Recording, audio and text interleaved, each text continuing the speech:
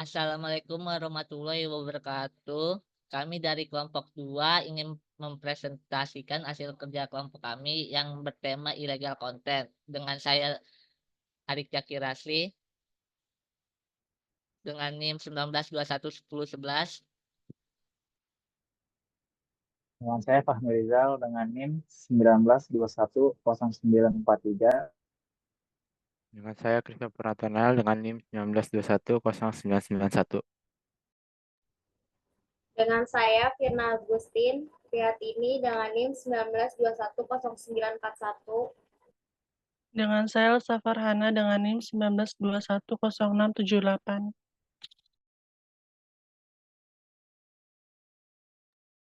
Bab 1 pendahuluan. Latar belakang. Kemajuan teknologi informasi dan komunikasi membawa tantangan baru. Salah satunya adalah penyebaran konten ilegal di internet.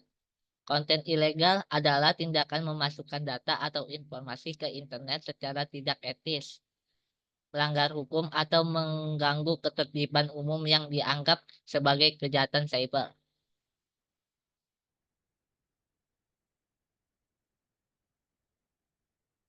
Maksud dan tujuan yang pertama mendapatkan pemahaman konten ilegal, mengidentifikasi jenis-jenis konten ilegal seperti menjelaskan berbagai jenis konten ilegal yang sering ditemukan di internet.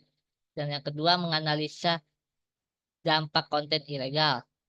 Di sini mempelajari bagaimana penyebaran konten ilegal berdampak buruk pada orang dan masyarakat, termasuk psikologis, sosial, dan ekonomi. Dan yang ketiga, menilai efektivitas regulasi. Di sini mengevaluasi sebagai efektif undang-undang yang ada dalam menangani penyebaran konten ilegal.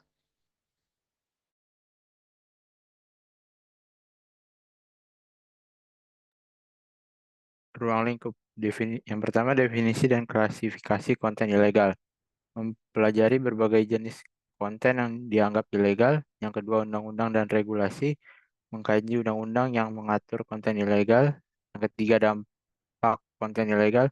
Mengkaji dampak konten ilegal terhadap masyarakat. Yang keempat, teknik pengendalian dan pencegahan.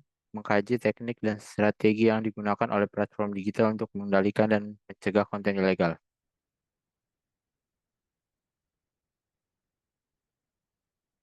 Bab 2 pembahasan. Definisi. Definisi konten ilegal didefinisikan sebagai segala jenis informasi elektronik yang melanggar hukum di suatu negara. Di Indonesia, ini termasuk perjudian, ujaran kebencian, disinformasi, penipuan, pornografi, dan pencemaran nama baik.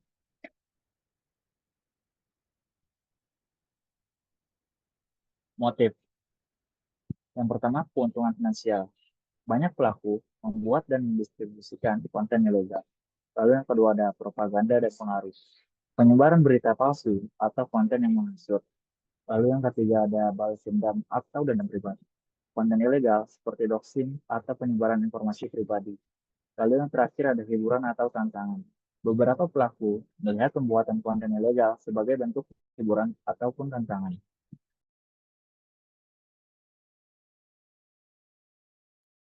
Penyebab 1. Kurangnya regulasi dan pengawasan. 2. Penggunaan teknologi yang canggih. 3. Kurangnya penegakan hukum. 4. Kurangnya kesadaran masyarakat. 5. Motivasi ekonomi. Cara penanggulangannya. Regulasi dan pengawasan yang ketat. Pemerintah dan penyelenggara platform media sosial perlu mengembangkan regulasi yang lebih ketat dan efektif. Yang kedua, teknologi pencegahan. Penggunaan teknologi seperti algoritma deteksi konten ilegal dan pemblokiran otomatis. Yang ketiga, pendidikan dan kesadaran. Meningkatkan kesadaran masyarakat tentang bahaya dan dampak negatif dari konten ilegal. Yang keempat, kerjasama antar lembaga. Kerjasama antara pemerintah, penyelenggara, platform, dan lembaga swasta. Yang terakhir, penegakan hukum yang efektif. Penegakan hukum yang tegas dan efektif terhadap pelaku konten ilegal. Bab 3 kesimpulan.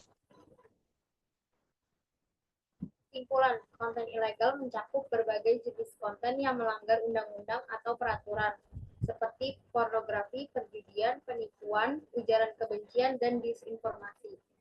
Tidak adanya regulasi yang ketat, penggunaan teknologi yang canggih, kurangnya penegakan hukum yang efektif, dan penyebaran konten ilegal adalah beberapa faktor yang dapat mempengaruhi penyebaran konten ilegal.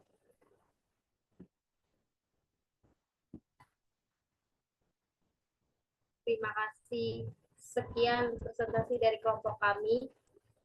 Kurang lebihnya mohon maaf. Wassalamualaikum warahmatullahi wabarakatuh.